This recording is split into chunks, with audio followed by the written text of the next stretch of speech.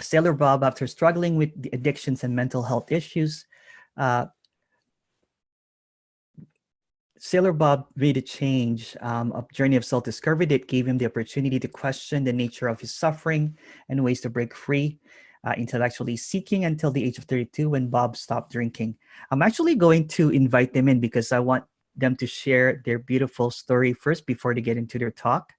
Welcome, everyone. Thank you so much for joining us. This is the last presentation for the evening, and we're so honored to have Sailor Bob and Kat here. Hello. Oh, there you are.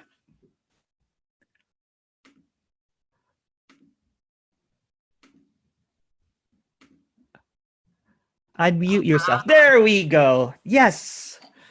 Yes. Good morning, good evening, and good night for everyone. Hello, everyone. Oh, I lost you there again. Got it. There we go.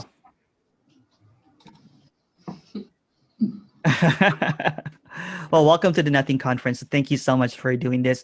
I did a little bit of introduction, but I want you guys to share first, just Kat, the story that you shared to me last time that we met. Just a little bit of that, and then we'll get you to talk. If that's not necessary, that's okay too. It's completely up to you, and then we'll go to some Q&A. No worries, but which story was it? All the stories are the same, right? But you and Bob. Yeah. I actually, I have shown up at Bob's meetings about roughly 7 years ago. It was 2013. And well, right from the first meeting, I knew he was the real deal. And because I was told, he's just speaking non-duality. No, he's not a teacher. He's not speaking non-duality. He lives non-duality. Right from the first moment, I had my eyes wide open and I say, oh my gosh, this guy walks on the razor's edge. He's there. He is in abiding state. And I stopped running to India twice or thrice a year to look for non-duality. And as my suffering deepened and deepened, I was showing up on those meetings more and more. I was working on the ships at the time, so I was offshore for at least 6 months in a year. And perhaps I was showing up first every couple of months. And then as the suffering deepened, I was coming up more and more often. And in one nice fine day of my absolute complete devastation in December 2015, I scheduled, actually someone else did it, appointment one-on-one with Bob. And on that one-on-one appointment, I came in absolute devastation, in tears and despair. And out of that, probably in about 20 minutes of asking questions and pointing, my tears of despair and suffering turned to the tears of joy and elation, because the obvious truth was revealed through the simple, very simple investigation into what I consider myself to be, what concepts others have about me, and all the things that dances around it just collapsed. The self-identification didn't assert itself again. So I'm nothing really. I mean, there's nothing there to ask who am I anymore. So I don't know what I am. I don't care. And after that, I was hanging out with Bob every day. I didn't really need his pointing anymore, but I had no one else who would speak the same language, that I could share whatever comes up. I stopped sleeping at night, literally. And I started hanging out with him for a few months. And out of that hanging out, small changes started being introduced in Bob's diet, in everything. And I went to the ship again for my last contract, and I moved in with Bob. And as we moved in together, we became best mates, best friends. We became everything to each other, the favorite reflection of each other, because everything you see is really a reflection of what you are. And a couple of years, 3 or 4 years later, was it 3 after? Yes, in 2018 we got married, and now we are living happily ever after, even though he's twice my age. Beautiful. I love that. I watched that video and I was like, you're both sailors. Yes. It's and just also, so beautiful. How brilliant life has got it, at the vulnerable age that Bob is right now. we are laughing sometimes how life would bring me from completely opposite side of the world because I was perfect for the job. Someone who would be even 10 years younger than Bob would not possibly help him with all the challenges, technical challenges, with the weightlifting challenges that goes with the mobility issues, with diet challenges and all that stuff. It just needed someone half his age to work out. And the brilliance of life, the way the joining happened and it develops, is just unthinkable. It's amazing. We love our little story, even though we don't ever forget that it's just a story, because the reality is just this moment now. Past is projected, it doesn't exist. Beautiful. What a beautiful expression of the infinite. I'm going to ask you to open anything that you want to say, Bob. We have people that's you're live right now, and then we're going to go into some Q&A later. With I'm going to read some questions for a whole bunch of people here. Go ahead if you want to make an opening statement. Okay, well, just do it in the usual way I generally do it. I'm not speaking to anybody. I'm not speaking to any mind. I'm speaking to that I am, to the sense of presence, not the thought, but the sense of presence that expresses through the mind as that. And that I amness is the basic essence in each and every one of us. That's what the non-dual one without a second is telling us. Non-duality, one without a second, not two. And they describe that in Hinduism as Sat Chit Ananda, Nama Rupa. Sat is existence, Chit is consciousness, and the Nama Rupa are name and form, which they call Maya or illusion. So name is a name we have, which has been given us, and the form is the body which is present. And they say that's Maya or illusion. And the reality, the actuality is the Sat Chit Ananda. That's existence, consciousness, bliss is alive. Anyone who's not existing right now, no, you realise I'm existing. Anyone who's unaware right now, no, I'm not unaware, so I must be aware and conscious. So anyone who's not happy to be, well, nobody wants to be dead right now. You are that already. And always have been that, but we've lost sight of it. And what they call ignorance. We're ignoring our true nature and focusing into the belief we've taken on board that we are this person. And the word person comes from persona, a Latin language of years ago, meaning the mask. And all the mask is that we have about ourselves is a conceptual image. An image made up of thoughts, words, ideas, concepts. And we've encaged ourselves in this mask of concepts. Just like you've got a grub or a caterpillar, very ordinary, very ugly. It encages itself in a cocoon. And it's in that cocoon, but in that cocoon, it can metamorphose from the ugly grub into a beautiful butterfly. And when we get out of this cage of concepts we've enclosed ourselves in, we will realise our true nature, which is being, knowing, and loving to be. Truly that, nothing else. So I can't tell you anything, can't teach you anything. All I do is point toward and ask you to look to where we're pointing to and see for yourself. So nobody's can do it for you because there is nobody there. As I say, the body, mind, is Maya, it's illusion. It's a vibrating pattern of energy, pure intelligence energy, vibrating into all these names and forms. So it is no thing.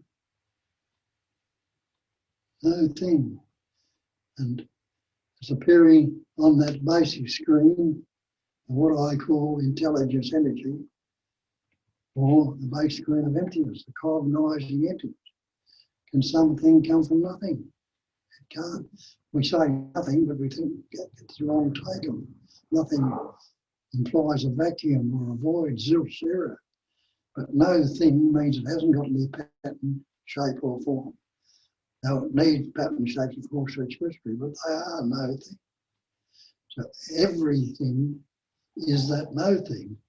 That means you, I, and everything else in this meditation are no thing experienced as different. So relax into your true nature.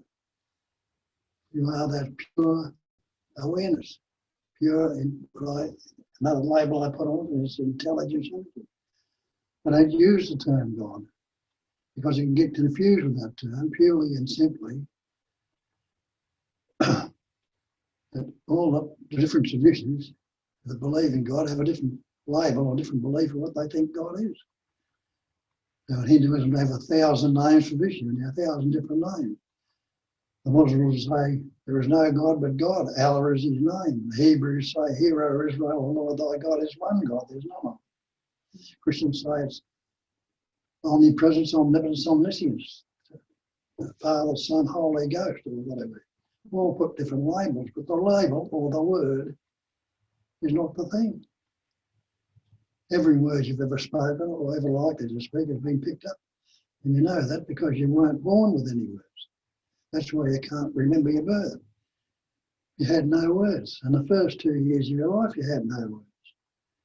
So every word we've ever spoken has been picked up along the way. But look into the word. Is the word the thing? Take the word water. Can you drink that word? Can you swim in it? Can you drown in it? You can't. Does the word fire burn your mouth? You can't cook with that word. You can't eat yourself. You won't burn yourself. What's this word I or me? And immediately we put all these concepts on it. I'm Bob, the Australian, the good fellow, not so good, or I'm happy, I'm fearful. All out of this pure sense of presence which translates as the thought I am. And so we've got this conceptual image, this cocoon we've built around ourselves, and we function from the word. And the thing is to be free of the word, is to recognise. And that's what, as I say, I'm not a Buddhist, I'm not a Hindu, I'm not a Muslim, I'm not a Christian, I don't belong to any of these religions, but I can see the truth and resonate with the truth in each and every one, which is covered over with a lot of other concepts, but the truth is there. And you can recognise it in each and every one. And that's the old scripture saying, know the truth will set you free. What are you free from? You're free from the belief in all these concepts of the word. And to look at that word belief, the dictionary definition of belief is an unquestioned acceptance of something in the absence of reason, acceptance of a alleged fact without positive knowledge or proof. So if you put your beliefs to that test, they'll fall apart. And that's another thing they point out. They say that the false cannot stand up to investigation.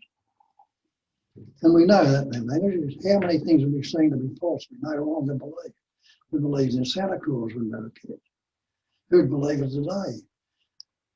We know it's not true. There's no such thing as Santa Claus. There's no old fella can climb down every chimney on earth and carry presents down in one night.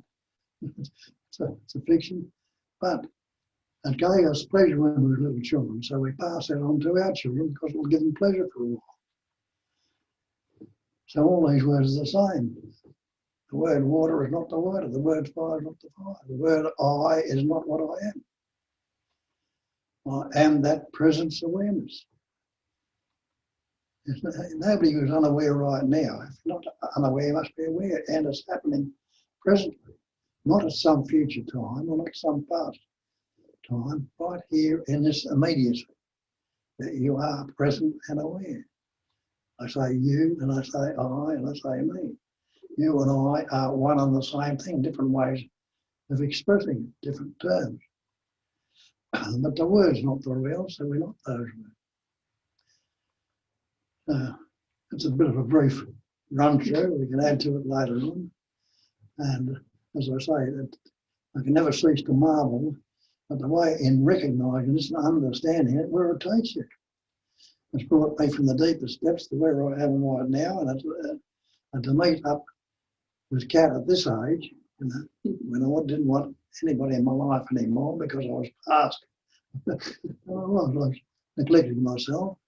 So brought that life back into it, and the coming together. And I'm a lot healthier than I was 7 or 8 years ago. Yeah.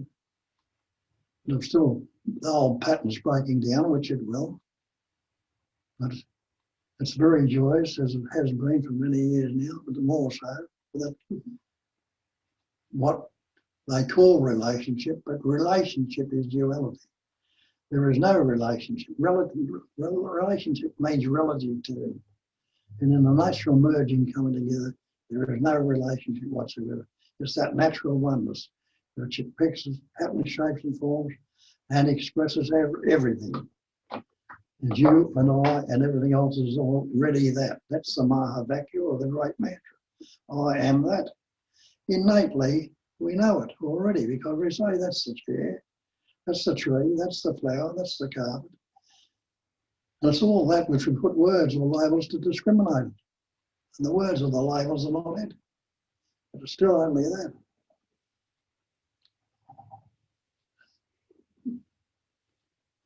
I can go on forever, but I just so let Kat have a go. She can express it too, because in the being together and recognising it, the expression coming through Kat is beautiful, natural, and effortless. She can elaborate it probably a bit clearer than what I can. Nobody can do it better than you. That's impossible. No, he's got 100 pointers per minute. It's just impossible to beat that one. But I'm kind of bending down a little bit, because just for the purpose of this conference, as life would have it, I found about a week ago that beautiful big picture of Nisargadatta, which is behind us. I had no idea Bob had it at home in his wardrobe. And then I just put it out, put it on the cabinet, because we don't really, and Bob is highlighting it very, very intensely, we don't do any guru worshipping. Everything is that, everyone is that. No Nisargadatta, nor Bob, nor anyone else is superior to anybody else. But the picture was just so beautiful. I said, it came up at this moment, so let it see the world. The picture is done the way, so Nisargadatta looks at you from whichever direction you gaze at the picture. So it is kind of it's a sweet reminder to not worship the guru, because what the clarity shining and speaking through him is totally available for everyone. It is just about stopping to imagine that you are the assumed identity made of concepts and ideas. Because the presence that you are is always here, is always available. Nobody can say I am not, or I'm not present, or I'm unconscious. No, that presence, that consciousness is there. It's just whether it is free and unbound, like that butterfly from the analogy, completely free, or is it in the cocoon of location in the body or in the mind or any other imaginary thing? And it is really free. It's only the thought that tells us that we are located in the body. It's only the mind that asserts that the identity is limited. There is really no need to identify. Or if you have to identify as totality or complete space and emptiness and basic screen. But the identification is just a pattern, is a habit, which can easily be seen through, and then it falls away. And life is easy. Beautiful. Thank you so much. Thank you so much. Gilbert Schultz gives you a heart. Oh, thank you. Ditto. Gilbert sending a heart. Heart. Yeah. Kathy in Ireland. Kathy in Ireland goes, what a beautiful connection.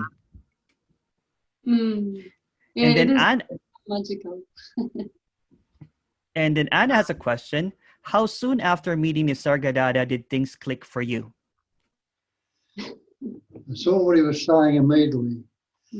I'd heard it all before, many, many times. And they told me that I wasn't the body, I wasn't the mind. At this time, somehow or other, whatever it was the resonation or the recognition, whatever it was, and it struck home. And I said, good, I'll never be caught in the mind again. And I walked out the door and it was. But it wasn't the same, because I'd seen through it. And once you see something as false, you can never truly believe it again.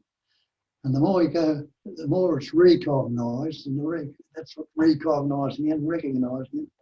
go back to it and see it again and again, the more profound it becomes. I use the analogy of the sun on the clouds. Go outside on a cloudy day, you won't see the sun. But you know the sun hasn't left the sky. Then you question, investigate a little bit, you ask what forms the cloud. You realise the sun itself forms the cloud. Now the vastness of the sun doesn't know anything about a cloud because there are certain places where the cloud can't obscure it, you know. But what all the sun does is shine. And in that radiance, it evaporates water. The water rises and condenses and forms a cloud which seemingly covers the sun. Now the sun continues to shine. And it continues to shine, it'll cool that, it'll cause the wind to blow, it'll cool that condensation down till it condenses and forms a cloud which covers it. But there's no cloud stitched in the sky. Each cloud comes and goes, and the sun continues to close, bring it down as rain. It'll get into a river or a stream and go back into the ocean where it evaporated from the first place.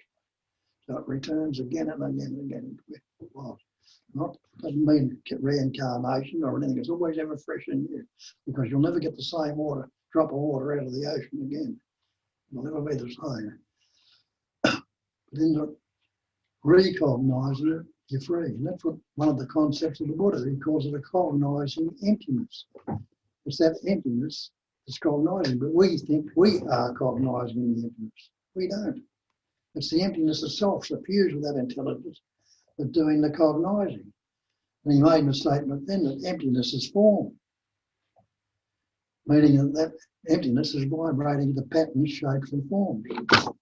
You know, emptiness is form, and he turned it around the other way and said the form can be nothing other than emptiness. So whichever way you look at it, it's still the same emptiness, but everything's appearing in, patterning and shape and disappearing. And the pattern, shapes and forms are just like seeming clouds. In the same thing, there's no cloud attached to the sky. There's no thought attached in your head anywhere. Thoughts come, play around and move on. But we fixate on them. And in the fixation, we lose sight of our true nature. Let it be. There's another beautiful saying, I think it's in Buddhism, to be utterly awake with the five senses wide open. Means we are seeing, hearing, tasting, touching, smelling, thinking. You're open to each and every one, but we're not as a rule. We're focusing on the one generally, to the exclusion of the others. We're either in the seeing or the hearing or the tasting, touching or the smelling or the thinking, loaded down with that, and we're not recognising it. So we're not living fully. But and he says, but neither be utterly awake with the five senses wide open, and said be utterly open with unfixated awareness. We're not fixating on one to the exclusion of the others. You've got to open to everyone, and you can flip from one to the other all day. But that's living. That's what living is. Instead of staying locked into one and staying in for days, weeks and years sometimes, you're moving around with life. Because when you're fixated on it, you're not keeping up with life. You're getting left behind. And so you've got to be open to it, because life is spontaneous. It's momentarily. It's not time-bound. Everything is spontaneous, fresh and new. And that ever fresh, ever new presence awareness is what you, I, and everything else is right now in this moment. Ever fresh, unfixated.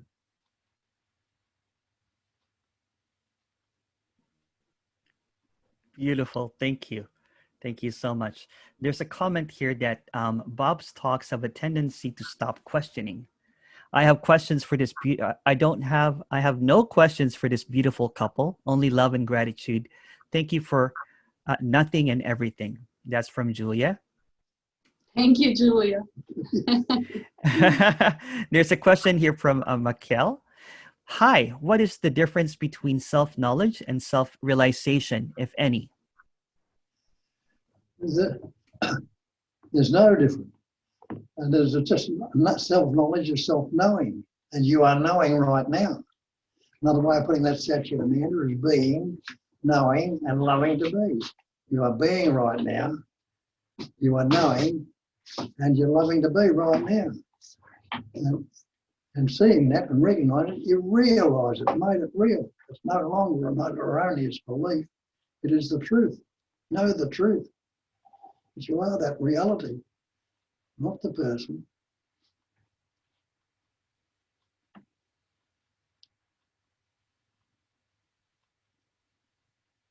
I think also self-knowledge may have something to do with the, the knowing your pattern. That's what all the self-help industry is about. Getting to know yourself as a pattern, know your personality, know your habits. And this is all beautiful. I mean, it's nothing wrong. It's also love. It's part of loving to actually, the way you admire a beautiful rose, you may also admire that canvas on which the whole universe is leaving its imprint, and it is amazing. But self-realization is really realization that there is no little man in there who is pulling the strings. So self-realization is no self-realization. It's the realization that there is nobody there. It's just that pure life that is doing everything, including forming personality, including having the habit patterns created throughout the life and maybe even lives of the ancestors. So it really, there is no difference in the looking from the aspect, from the fact that everything is one. So there can't be any distinguishing or differentiating other than conceptual. But on the other hand, sometimes putting different terms helps to highlight one or the other aspect. So I would say self-knowledge is beautiful and is to be appreciated, but it really is a form of distraction and entertainment, which the whole world is. It is the distraction and entertainment from the very obvious, the most obvious natural thing, which is the no thing. Beautiful. You guys are like two sharp swords together. It's no Julia, big pleasure than the speaking unspeakable. Julia has a comment. Oh, and the beauty, love, and wisdom shining through Kat also shines a light that casts out imaginary darkness to see that there is only light. No guru worship because I am you both. That said, whatever shines through the two of you make illusions easy to spot. Beautiful. Beautiful. Jesse Bowden also say, so beautiful to see you both, love you. And then there's Ben. And then there's Ben. Is it possible to become enlightened without meeting a guru? You've had tastes of it. Everybody's had tastes of it throughout their life. There's all of those moments when everything's seemingly falling into place. And what do they call it? I think they call it the zone and some things. Everything's just running beautifully. But we go back to the belief. You see, we can get conditioned to believing this thing. When we start to learn words, parents teach us words, and our parents don't tell us you are that straight away. They say, go out there, acquire, amass, accumulate, add to, gather what you can, get a good education, more wealth, do this, do that. They're constantly adding to it. So we add all these concepts on and lose sight of our natural state. The more concepts we lose, we gather, the less we notice our true nature. And then we go to school and we learn more words and more concepts and more things. And you can acquire this and acquire that and get that. Have you ever seen The Millionaire with enough yet? You never have. They never will be satisfied. We're never satisfied looking out there. And so the so-called enlightenment is discarding, not getting there, discarding all this rubbish we've added to it and coming back to the basic essence. You are already the one intelligence energy that's functioning in this universe, this manifestation. There's no creator, there is no creation, there's no creature. You and I are creatures. But it's all functioning spontaneously and naturally. There's no old guy out there rolling the earth around the sun or forming the galaxies. And that's what's happening there. Go out there, look in nature. We call it the natural state. And it's the nearest thing to nature you can get. If you look into it, you are nature. What's nature? Up there you'll see the galaxies are forming, Earth rolling around the sun, seasons coming and going, tides coming around. All these things are happening. And you can bring it back to where you are and you realise that same intelligence is that's breathing you. It's beating your heart. It's growing your hair in your fingernails. It's digesting your food, replacing cells in your body, all naturally, effortlessly and spontaneously. But we think take it down and think, I do it. Mm. But there's the concept I on it, and to give this I some sense solidity and some sense we say I do it or I am this. And we've added all these concepts, and the Buddhists again put it in one sentence. They call it the great perfection. I call it the absolute or the great perfection. Both of those terms mean one and the same. What can you add to the absolute? Nothing whatsoever, not the lightest thing. What can you take away from it? Not the smallest thing. You can't add anything, can't take anything away. It is that. So the great perfection is the same. What can you add to the perfect? Nothing. What can you take away from the perfect? Nothing. And they give it to you in one sentence. The great perfection is non-conceptual awareness. That awareness without any thoughts or concepts on it. And that awareness is the pure awareness, which Mankey called the unborn Buddha mind. Awareness is that essence without any thoughts or concepts on it. And he made the statement there and then that everything is perfectly resolved in the unborn mind. Why exchange the unborn for thought? And Shakespeare tells you the same thing. Shakespeare said 300 or 400 years ago, nothing either good or bad, but thinking makes it so. And the Sayadaw says the same thing when he says nothing can trouble you except in your own imagination. Now that's a beautiful thing. Nothing at all can ever trouble you except your own imagination.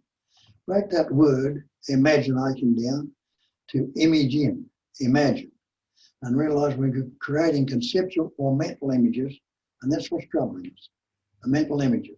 Look in a mirror, and what do you see in a mirror? You see reflections or images. That's all it contains, reflections or images. Now you'll see your own face reflected or image in the mirror. You can't say it's not there, but go up and try and grab it out of the mirror. You can't say it is there. That applies to everything. You can't say it's not there, but you can't say it is there. So it's two ends of the one stick. It either is and is not, both at the same time, but it's still the same stick. It's either good or bad, pleasant or painful, but it's still the same thing. And so there's nothing either good or bad. That's how the mind vibrates. Good, bad, past, future, pleasant, painful, happy, sad, loving, hating. What's your mind and see if it functions any other way? And the boundaries we put upon it are the word, good, bad, pleasant, painful. Take those labels off it. What is it? Just is. That's enlightenment. Just is. Yeah, so it doesn't need to be attained. What is means it's unaltered, unmodified, uncorrected, no preference, no partiality, no comparison, just as it is. And isness is not wasing. And it's not will being. It's not willing either. So that's will be. It's not. That's where they say the free will and all of it. It all does is not willing at all. It's just isness. Yeah, so the question was, can it be attained without a guru? It can't be attained. It can only be recognized in the moment as already present. Do you need the guru? No, you don't. There are people who realize that the spontaneous realization of what is already here, always present and obvious. It's just to be recognized right now with the guru, without the guru, with the book, without the guru. It doesn't really matter. That the life essence doesn't depend on anything. It doesn't have any prescription for how it is to happen, and yet it is already here. It is how to uncover it. Like Bob says, enlightenment is discarding, is dropping away the wrong concepts, the veil of wrong ideas, the wrong association and wrong identifications. So there's nothing to be attained in future. It can only be recognized right in this moment. Does it need a guide? No. It happened to be helpful for Bob with Nisargadatta. It happened to be helpful for me with Bob. But it doesn't have to be this way. It doesn't have, every case is different. How it opens its own eyes. It's not the person that awakens, it's the consciousness that comes back to its own source, unobscured, unclouded by concepts. See, she elaborates on what I say. I'm not going to forget.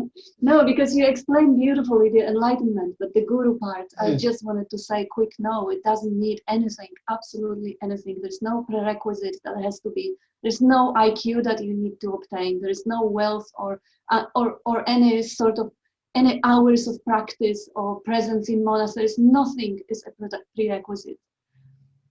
Like Jesus said, you can be a prostitute or you can be a beggar, and you are equally that. Your essence of that Father or presence of Lord is already in you, dwelling in you as you.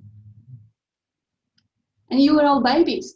baby never had any idea of being a self or an image or a concept. Everyone is already underlying that story, personal story, is already fully and always and ever that.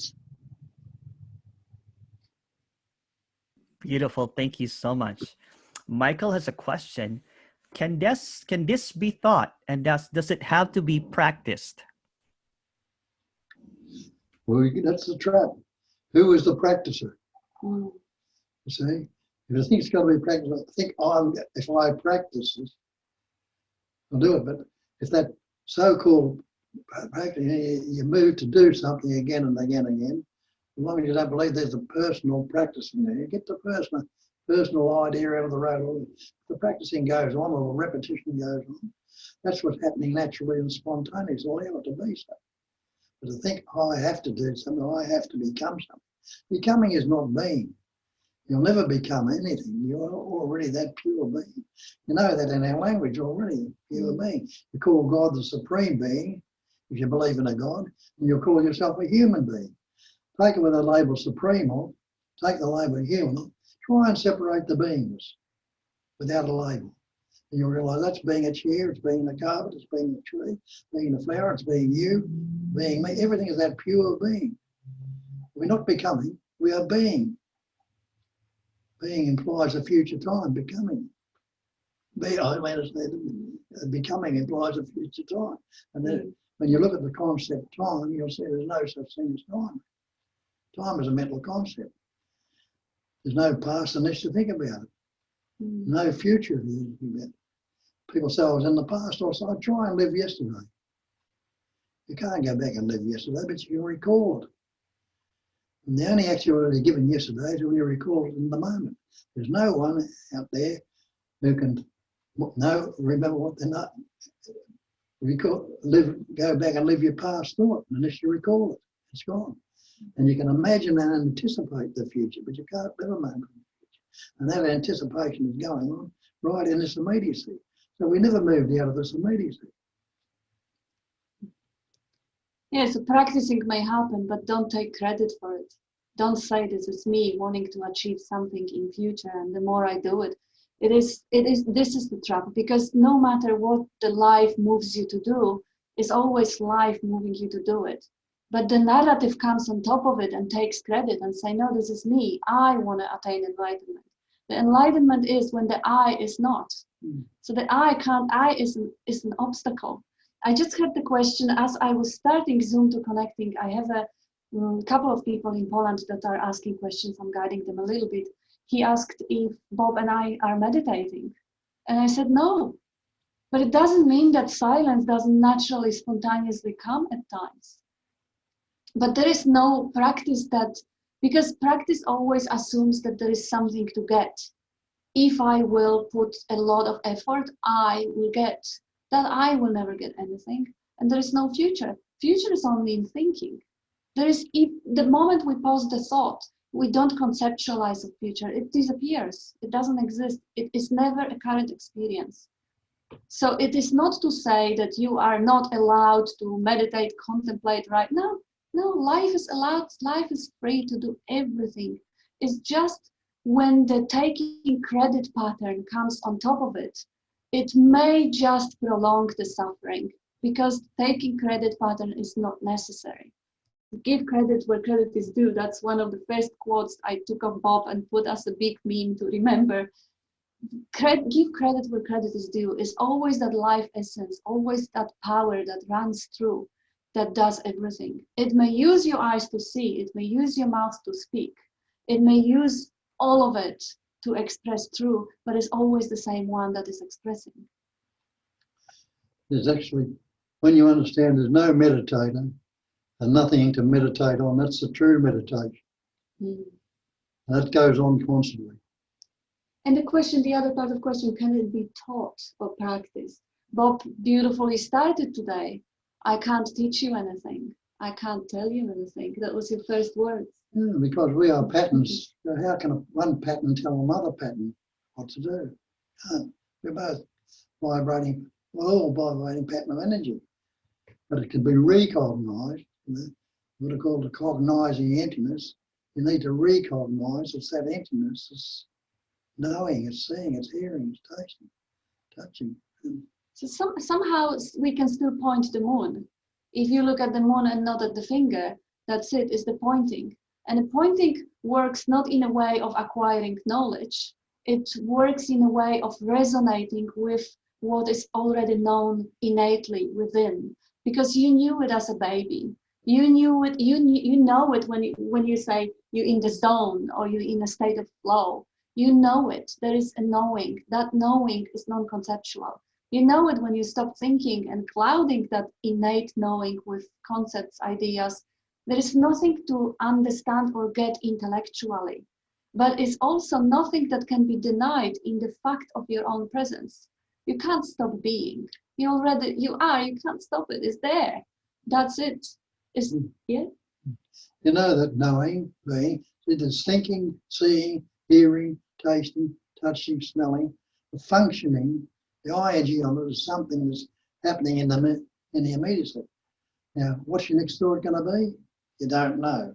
But thinking is happening, and you say, I think. As soon as we say, I think, we form the subject, a thinker. I think this thought or that thought, that becomes the object. Subject and object are dualism. But can there be a subject, a thinker, without thinking? There can't be. Can there be the thought without thinking? There can't be. You're seeing right now. The thought I see comes up, the subject. I'm the so-called subject. I'm seeing this. So can the see I see is, is the subject and the seen is the object. But can there be a seeing without seeing? There can't be. That goes to hearing, tasting, touching, smelling, ing. But in between is the actual seeing, hearing, tasting is spontaneous. Subject-object dualism, and there's absolutely no duality in non-duality. It's all relative to that I thought, that conceptual image, the ego. And the ego is a total fiction that never existed. Relativity is dualism. So relationship or duality, when in any relation, whether it's a male female relation or not, it's duality. When is the natural coming together and the recognising that you are the one essence together? Relativity, the relationship is gone. It's just a natural function, spontaneous. And what would you want of the others? You say, everything is a mental concept. Mental construct is a mental construct. And everybody, you walk into a room, you have you form a concept about everybody when you walk into the room. A brief concept. And they'll form a concept about you. And then you'll have this concept about yourself. If you ask yourself which concept's right, and recognise that each concept's only a mental construct, no mental construct is right, then whoever can be superior to you? Nobody. Whoever can, without a concept, who can be inferior to you without a concept? And what would you want of the other person? So you got rid of it all in essence. And no one's the teacher or guru at this stage. Everything is that. And the only way we actually teaching it by pointing it, it's not teaching, but by pointing it, is also paradoxical, because we use so many words and sometimes complicate descriptions to point something that is so simple and so obvious that is constantly missed. Because if the mind listens to it, the mind only operates with the dualities. Everything we say has its opposite. And what we're pointing at is that basic sense of presence, that nothing, that's just the most obvious, most intimate sense of I am, which is for the mind so boring and so uninterested that the mind starts constructing ideas of how the enlightenment has to be a bliss and ecstasy or something that will happen to me. That's not true. We're pointing at something that is so present and obvious and is never changing, is always here. And it's hard to grasp because it doesn't have any taste of flavor or shape or form or anything. But resting the attention at its source rather than dispersing it into the 10,000 things is the key to discovering that this true nature is always here, always present, and you are that. Because As soon as we say, I am, it's myself. Look in all the scriptures and all the religions and traditions, I say there's only one self. Atman, self, only one self. But as soon as we say myself, we formed a seemingly separate self. And in that sense of separation comes insecurity and vulnerability. If you feel separate and insecure, and vulnerable, naturally you're going to go on a search looking for something. And fear and anxiety and stress and guilt come into it because of that. Psychological suffering comes about because of that insecurity and vulnerability. We learn that when we're little children. If you realise that a totality, you're a whole, well, where's it going to be? Where's light of it? All that insecurity drops away. And they call it love, and people think love is something separate. But it's not.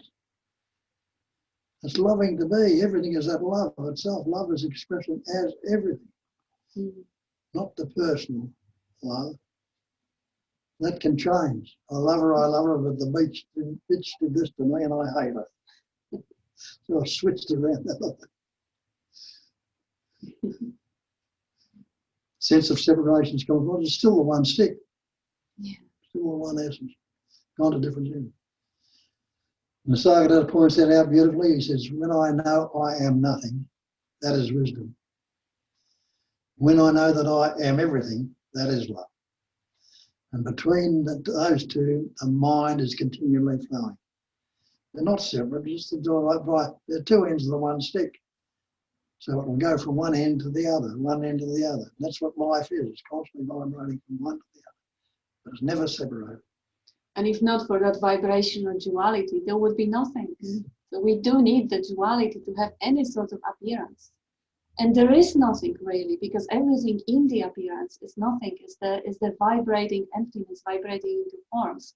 But now we have all that miraculous life right in front of our eyes, even though it is nothing. Because we know it when we wake up from the night and the dream at night. Bob was boxing someone tonight. And where is the guy? It's gone. So that in the same way, the whole world in the dream was constructed in the mind. The same way this world is constructed by the interpretation of the sensory inputs that are really just an interpretation of sensory inputs, the labels that we learn to put and assert and believed into existence. So there really is nothing. And the life vibrates between the love and wisdom as the nothing. The Sayadaw puts that beautifully too. He says, realise you are dreaming a dream called the world. And he says, stop looking for ways out. The dream's not your concern. Your concern is you love one part of it and not the other. So we've divided when we do that. He says, love all of it or none of it, and the rest will be done for you. That life essence will do for you what is necessary. It'll take you where you need to be and what you need to do, which has taken me from out of the depths to where I am today. Does it naturally and absolutely. Yes, a love affair of life with the expressions of itself. Everything loves to be, and life is that love which gives the expression, the being. And if it is, it loves to be. That's the unconditional love of being. You go to sleep at night and the dream starts. It goes on, you can be all sorts of places, doing all sorts of things in that dream, all sorts of experiences. You wake up in the morning and you realise you haven't moved off the bed, no words have come out of your mouth, and the dream disappears after a while. You can no longer remember. But you don't realise we wake up from that dream into this dream. And this dream is a waking dream. And the only reason we can tell the difference is because this dream seemingly has a continuity. It seemingly continues every morning when we wake up from where it left off the night before. But the dream, the sleeping dream disappears altogether. This is only the same. Beautiful, beautiful. Thank you so much. There's a question here. What questions are helpful for self-inquiry? What questions are helpful for self-inquiry? What questions are helpful for self-inquiry? Who is it happening to? Ask yourself who it's happening to. The obvious answer is happening to me. And wait a minute. I heard this guy the other day and he says there is no me. Is he right or is he wrong? I'll have a look and see for myself. Then you try and find this I. You say, where is it? People say, oh, it's in the head, it's in my heart, it's in my throat. Well, have a look. Where are you seeing that from? And if you're seeing it in your head, you must be looking at it from somewhere else. Well, that would be the point from where you're looking. Go back and see where you're looking at that from. And see if you can find a static point anywhere in that body. You can't. There's no static point. That's what the Buddha told you. There's no static point anywhere. And there is no self-nature to it. If there's no static point, where does it leave you? Present and aware, just right here, right now, in this moment. Without any time, space, or anything else onto it. If you do that, well, you're back in the concepts again. And the great perfection is non-conceptual awareness. You are the absolute. Start with that, stay with that. Recognize it. You've never moved away from it. Absolute. So you can say, who am I? Or you can say, what is I? Or what is me? Or you can say, where is I? Or where is me? And when you try to locate it, you realize that even if you manage to give it a location, you're looking from somewhere else. And then obviously, if you're looking from somewhere else, you're looking at the object, you're not a subject. So you locate the one who is looking, and it will be much more kind of, hard to pinpoint. It will be more of the area of knowing than the location. And then again, as you start looking at it and locating it, it becomes it. It becomes an object in observation.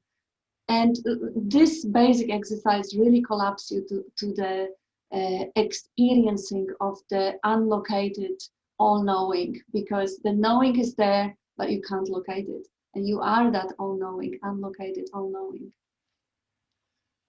Ramana Maharshi said, ask yourself, who am I? Well, you can look for who am I forever, but what is who am I? That's the question. Well, ask yourself, who's the questioner? Well, if I'm asking who am I am the questioner. Now, who am I is a question, and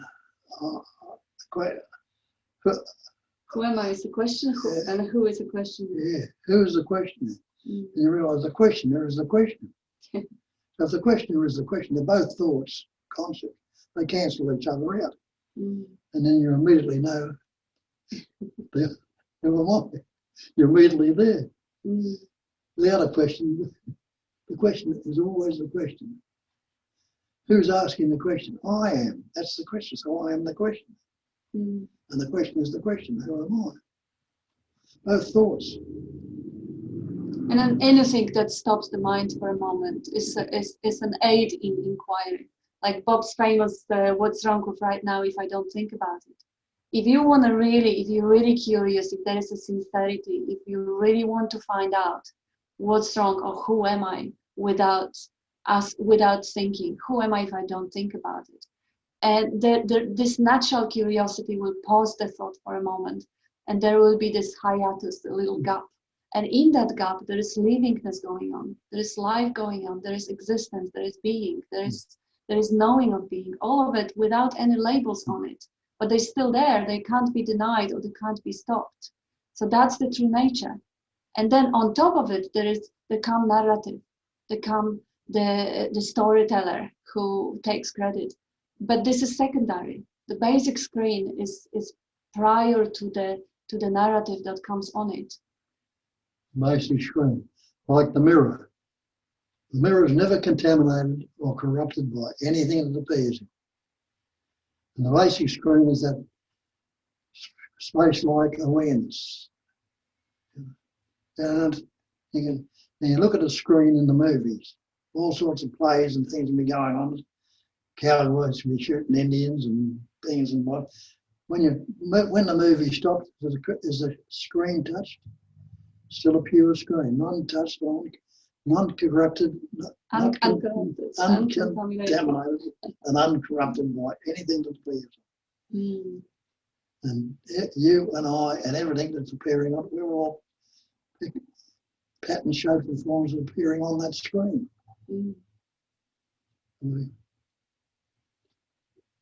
Nothing's ever happened. Nothing's ever happened.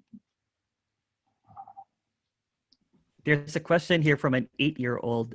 His name is Tom. Tom is 8 years old and he wants to know, what is love?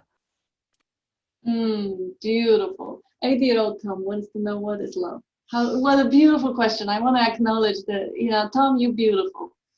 He is love. Yeah. He or she, whoever asked me that question, Yeah. is love. Mm-hmm. It's love asking itself, who am I again? I am that. He is that love.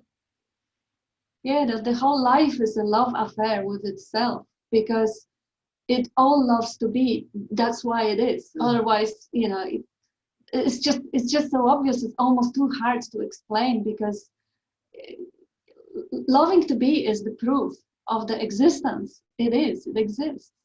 It wants to be, and love is really. It's so hard to explain. It's all there is. I mean, it's absence of selfishness, I would say, in the common language, because the moment Nisargadatta has this brilliant quote about everything being love, and he then elaborates on how seeking is love, because this is the love for wisdom. If I want to understand, I have it somewhere in my phone, but I don't. Oh yeah, I'll get it, because it's really nice. But he also explains that love for me and the mind is the misguided love, is the limited love, is the love to the ego. Oh, I got it. So he says, life is love and love is life. What keeps the body together but love? So all the sustenance of the body, wanting to eat, this is all love. What is desire but love of the self? Wanting is all love for the self. There is fear. What is fear but the urge to protect? And what is knowledge but the love of truth?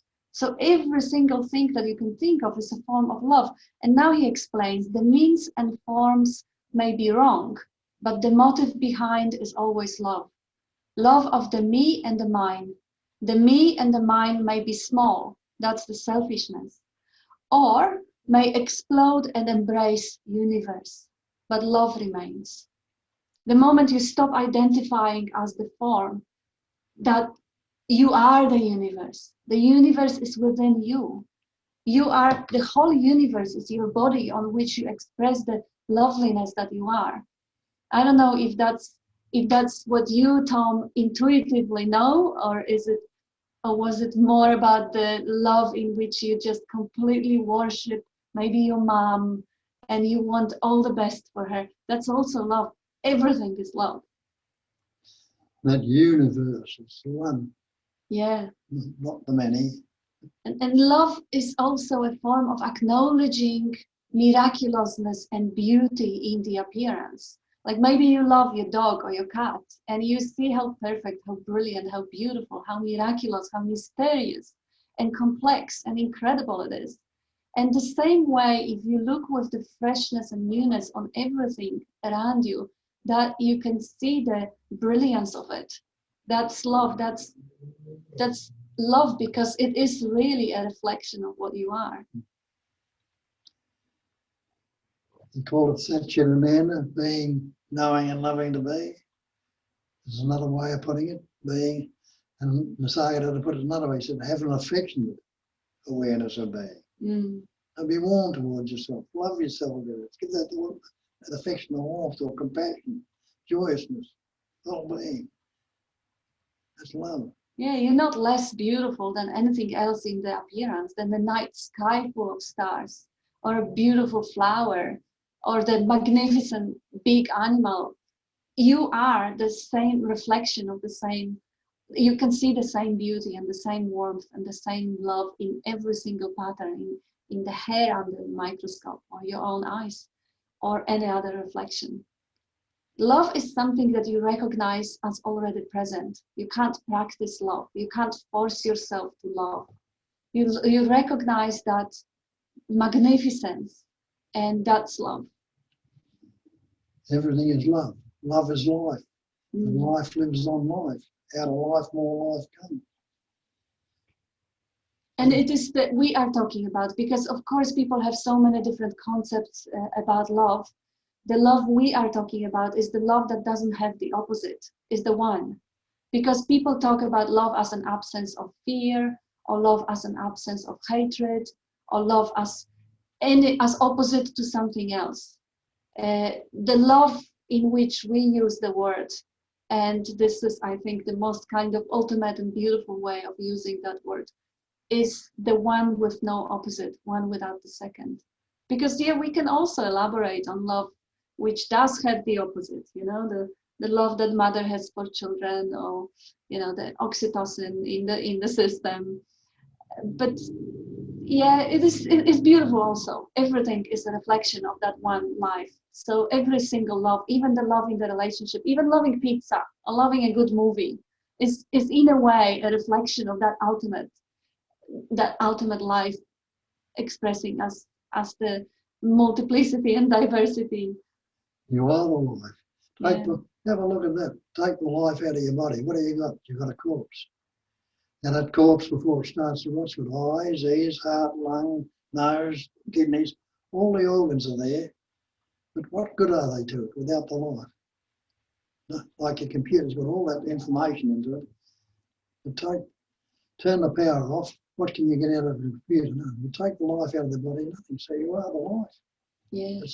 That's what Christ says. I am the way, I am the truth, I am the life. People thought he was talking about himself. He wasn't talking about himself. He was talking about that sense of presence which expresses through the mind as the thought I am. That's the way. That's the truth. That's the life. Mm. You are life itself. Not the body, not the mind, but life. And he says, Sagara says, there's only life. There is nobody who lives a life. And life lives on life. Nobody who lives a life at all. Because there isn't. The body and mind are life itself expressed. Yeah, so there is no death, there is no darkness. There's only absence of light that we call darkness, but it's only one. It's only life or only love. There is no absence of it. It's just different intensity that can be experienced through that particular transformer, transmitter receiver. Really, that is kind of, you know, that is what it does with pure unbound life that doesn't have any shape, form, and flavor. Transformed through this one, it becomes seeing, and the whole world that is seen transformed to this whole, you know, the different holes in that transformer. One is seeing, another one is hearing, another one is speaking, another one is sensing, another one is smelling. So this is only the same life, just like the light going through the crystal, and it becomes all the beautiful colors. That is the life coming through this crystal, becomes seeing, hearing, tasting, touching, thinking. It's only life or only love that actually creates that miracle of nothing appearing as everything. And love recognizes itself. Yeah.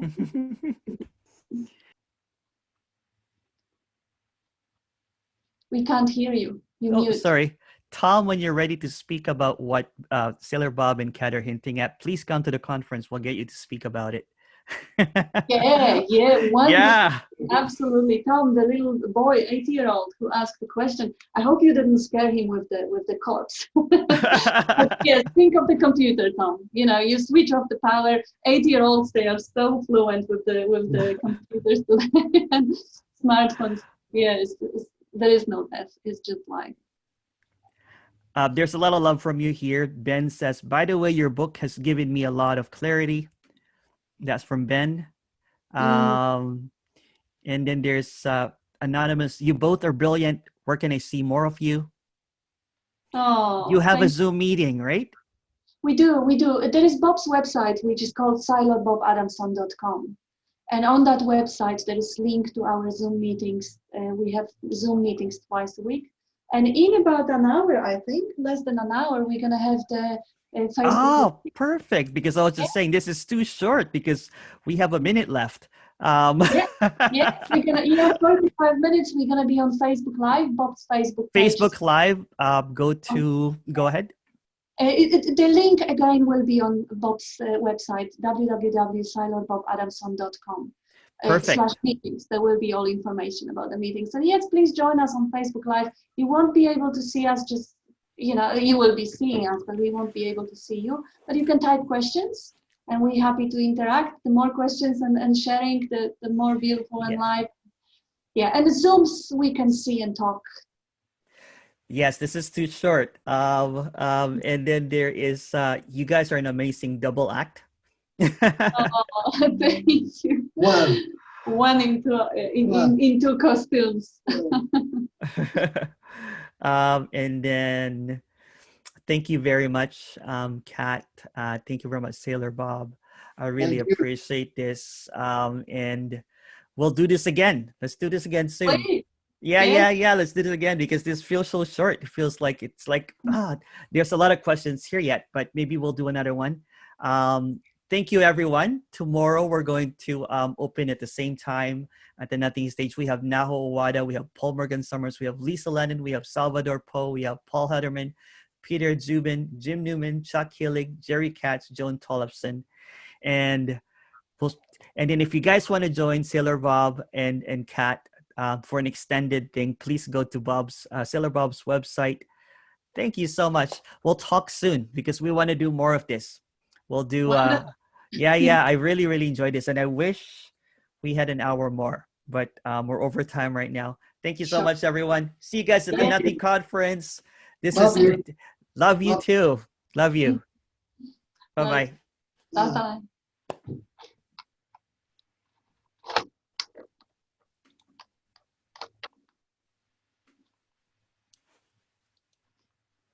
Bye-bye.